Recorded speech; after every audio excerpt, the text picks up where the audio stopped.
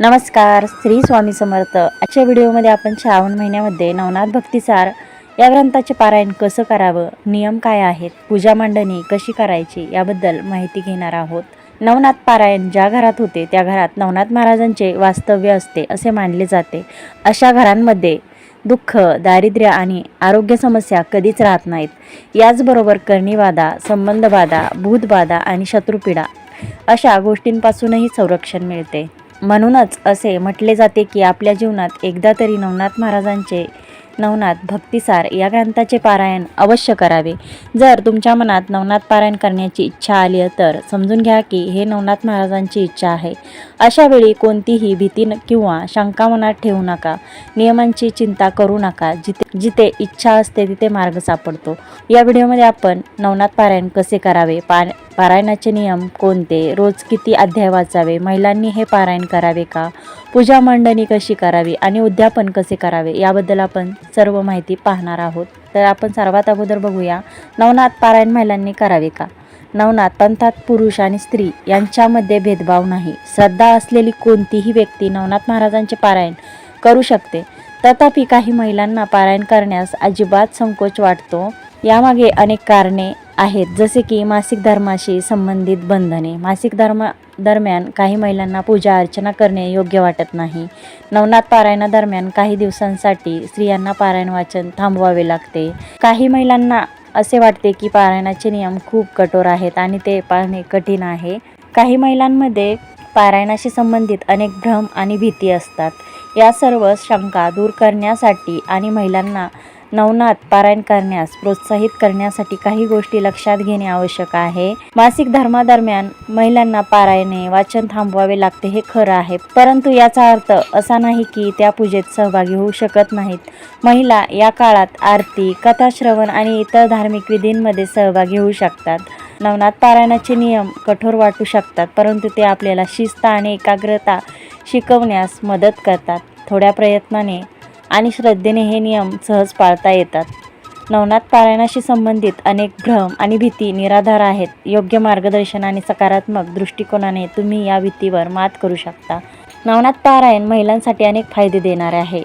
पारायणामुळे आध्यात्मिक प्रगती होते आणि मन शांत होते. घरात सकारात्मक ऊर्जा निर्माण होते. श्रद्धेने पारायण केल्यास मनोकामनाही पूर्ण होतात. जीवनातील कष्ट आणि अडचणींवर मात करण्यास मदत होते. नवनाथ पारायण करण्यास इच्छुक महिलांनी काही गोष्टी लक्षात ठेवल्या पाहिजेत. त्या गोष्टी कोणत्या आहेत ते आपण जाणून घेऊया. पारायण सुरू करण्यापूर्वी शुद्ध आणि दृढ निश्चय करा. पारायणाचे सर्व नियम आणि विधी भक्तीने पाळा. पारायण काळात श्रद्धा आणि विश्वास ठेवा. नकारात्मक विचारांना दूर ठेवा आणि सकारात्मक दृष्टिकोन ठेवा. नवनाथ पारायण करताना आपल्याला संकल्प करायचा आहे. संकल्प करणे म्हणजे काय? कोणत्याही प्रकारच्या पूजेपूर्वी किंवा सेवेपूर्वी संकल्प घेणे आवश्यक आहे. पूजेपूर्वी संकल्प न घेतल्यास त्या पूजेचे पूर्ण फळ प्राप्त होत नाही. संकल्प न घेतलेल्या पूजेचे संपूर्ण फळ इंद्रदेवाला प्राप्त होते. यामुळे आपल्याला पहिल्या दिवशी संकल्प करायचा आहे. संकल्प कसा करावा? संकल्प करण्यासाठी आपल्याला ताम्हण लागते. त्या ताम्हणामध्ये आपल्याला हातात पाणी घ्यायचं आहे, कारण पाणी हे पंचमहाभूतांपैकी एक आहे. गणपती हा पाण्याचा अधिपती आहे, त्यामुळे पाणी घेऊनच संकल्प करायचा आहे. 3 वेळा आपल्याला पाणी प्राशन करायचं आहे आणि 4थ्या वेळेस आपल्याला पाण्यामध्ये हळदी कुंकू, अक्षदा, फूल घ्यायचं आहे आणि संकल्प करायचा आहे. आपल्याला नवनाथ ग्रंथाचं पारायण करत आहे याचा संकल्प करायचा आहे की हे पारायण मी भक्तिपूर्वक आणि श्रद्धेने पूर्ण करेन.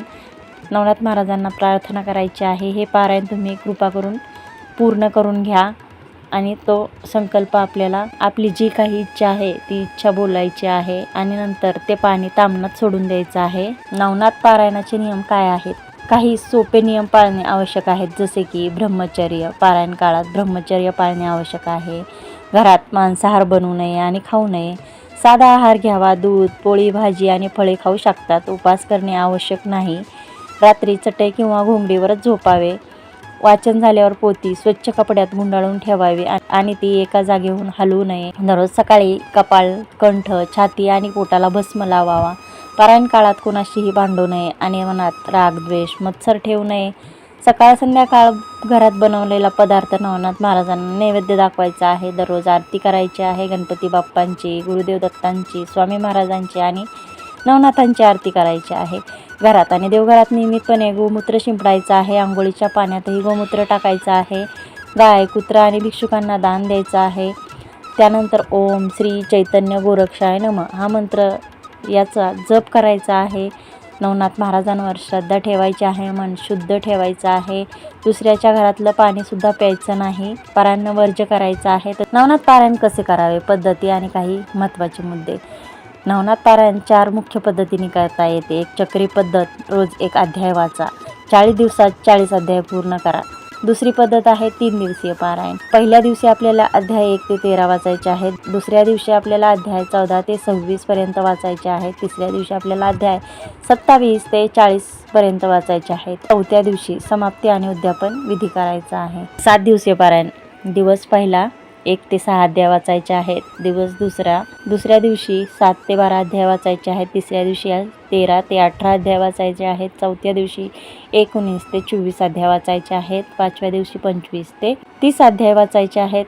6व्या दिवशी 31 ते 36 अध्याय वाचायचे आहेत. आणि 7व्या दिवशी 37 ते 40 अध्याय वाचायचे आहेत. 7व्या दिवशी आपल्याला समाप्ती आणि उद्यापन करायचं आहे. 9 दिवसीय पारायण कसं करणार. श्रावण महिना विशेष आपल्याला 9 दिवसीय पारायण करायचं असेल तर पहिल्या दिवशी आपल्याला 6 अध्याय वाचायचे आहेत. दुसऱ्या दिवशी आपल्याला त्यानंतरचे 5 अध्याय वाचायचे आहेत. तिसऱ्या दिवशी परत पुढचे 5 वाचायचे आहेत. चौथ्या दिवशी त्याच्या पुढचे 5 वाचायचे आहेत. 5व्या दिवशी पुढचे 5. 6व्या दिवशी 5 अध्याय. 7व्या दिवशी 4 अध्याय. 8व्या दिवशी 3 अध्याय. आणि 9व्या दिवशी 2 अध्याय. 9व्या दिवशी समाप्ती आणि उद्यापन करायचं आहे. श्रावण महिन्यात तुम्हाला जर नवनाथ ग्रंथाचे संपूर्ण पारायण शक्य नसेल तर काही निवडक अध्याय आहेत, जसे की 5वा, 10वा, 40वा कल्पतरू अध्याय आहेत. हे तुम्ही अध्याय नित्य 1 महिना तरी वाचू शकतात. 40वा अध्याय हा अध्यायाला कल्पतरू असे म्हणतात. आणि यात नवनाथ महाराजांच्या चमत्कारांची आणि भक्तीची कथा आहे. दररोज एकदा हा अध्याय 40 दिवस वाचावा. संकल्पपूर्वक आणि निव्वळ श्रद्धेने वाचावा. आता नवनाथ पारायणाची पूजा मांडणी कशी करायची. सकाळी लवकर उठून स्नान करायचं आहे. स्वच्छ वस्त्र परिधान करायचं आहे. त्यानंतर संपूर्ण घरामध्ये गोमूत्र शिंपडायचं आहे. देवपूजा करून घ्यायची आहे. आपल्या घरातील आई वडिलांच्या, वडीलधाऱ्या माणसांचा नमस्कार करायचा आहे. त्यांना पाया पडायचं आहे. देवघराजवळची जागा स्वच्छ करायची आहे. त्या ठिकाणी थोडंसं गोमूत्र शिंपडायचं आहे. चौरंग मांडायचं आहे. चौरंगावर लाल वस्त्र अंथरायचं आहे. त्यावरती नवनाथ महाराजांचा जर फोटो असेल तर तो फोटो ठेवायचा आहे. फोटो नसल्यास आपल्या स्वामी महाराजांचा फोटो ठेवा. दत्त महाराजांचा फोटो ठेवा. दिव्याच्या पूजनाने सुरुवात करायची आहे. शुद्ध तुपाचा दिवा लावायचा आहे. त्यानंतर दिव्याची पंचोपचारी पूजा करायची आहे. त्याला फुलं व्हायचं आहे. अक्षता, गंध, फूल व्हायचं आहे.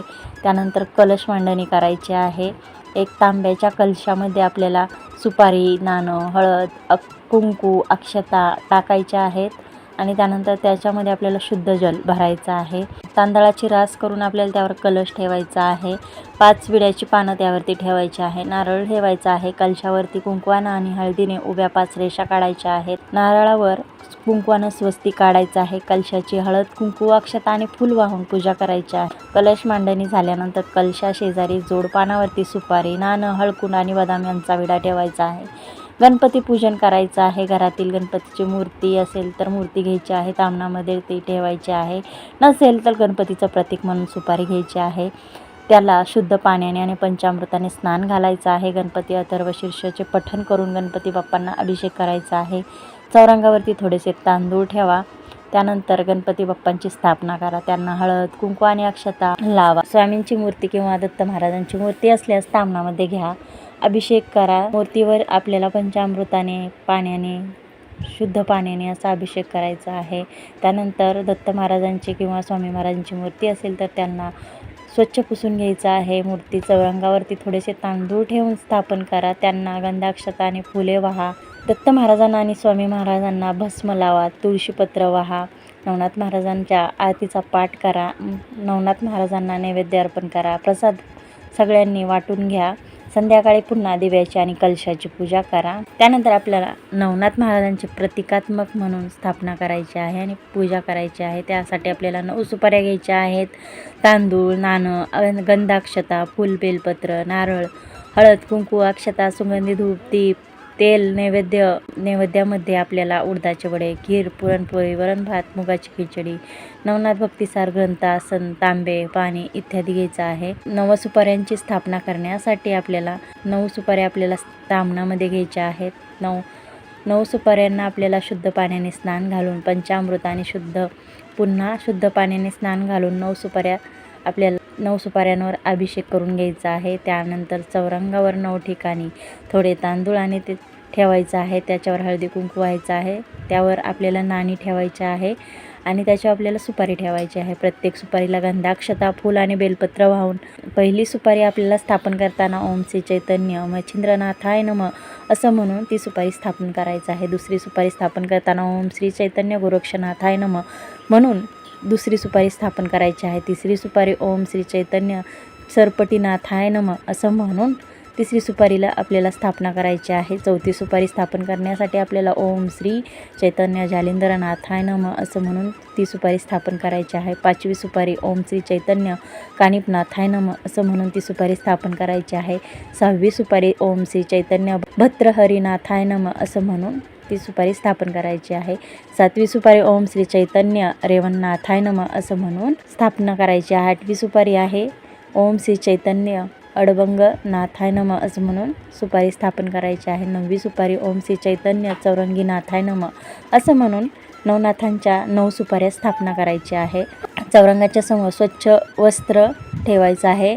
त्याच्यावर आपल्याला नवनाथ भक्तिसार ग्रंथ ठेवायचा आहे. ग्रंथाला हळद कुंकू आणि अक्षता अर्पण करायचे आहे. अखंड दिवा प्रज्वलित करायचा आहे. आपण 3 दिवसाचे, 7 दिवसाचे, 9 दिवसाचे पारायण करणार असाल तर आपल्याला तेवढ्या दिवस अखंड दिवा लावायचा आहे.